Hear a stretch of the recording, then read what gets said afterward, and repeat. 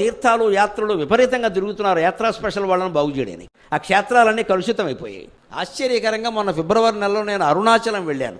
ఆ యాజమాన్యం వాళ్ళు పిలిచారు, మీరు రండి ఇక్కడ 3 రోజులు కాస్త చెప్పండి అని. వెళ్ళగానే వాళ్ళని అభ్యర్థన చేసింది ఏమిటంటే అజ్ఞానాన్ని ఖండించమన్నారు. ఏమిటా అజ్ఞానం అన్నారు. ప్రదక్షిణం పేరు మీద నెలలా వచ్చేస్తారంటే 5 లక్షల మంది, మొత్తం గుడి పాడైపోతుంది సార్, కొండంతా పాడైపోయింది, రావద్దని చెప్పండి అన్నారు. వాళ్ళు బస్సులు వేసి వెళ్ళిపోతున్నాం మొత్తం. ఎక్కడ మన కోరికలు కోరికలు కోరికలు.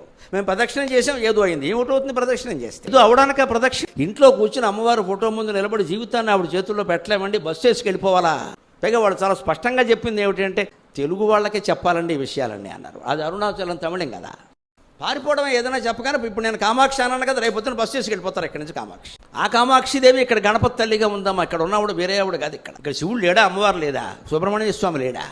వీడెవరు లేకుండా గణపతి ఉంటాడా? నీకు కనిపిస్తున్న దేవతను అలా భావన చేయమని కానీ ఆవిడ ఎక్కడో ఉంది, నువ్వు వెళ్ళి అక్కడ పరిగెట్టమని కాదు.